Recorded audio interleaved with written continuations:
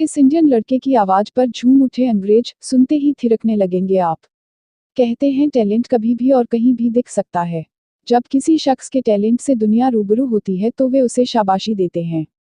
यूं तो अंग्रेज भारत पर करीब 200 साल तक राज करते रहे, लेकिन इस बार एक भारतीय की आवाज पर अंग्रेज झूमने को मजबूर हो गए। भारत के तमिलनाडु के रहने वाले छात्र सुंदरम महादेवन ने इंग्लैंड के एक रियलिटी शो में ऐसा गाना गाया कि वहां मौजूद अंग्रेज झूमने लगे।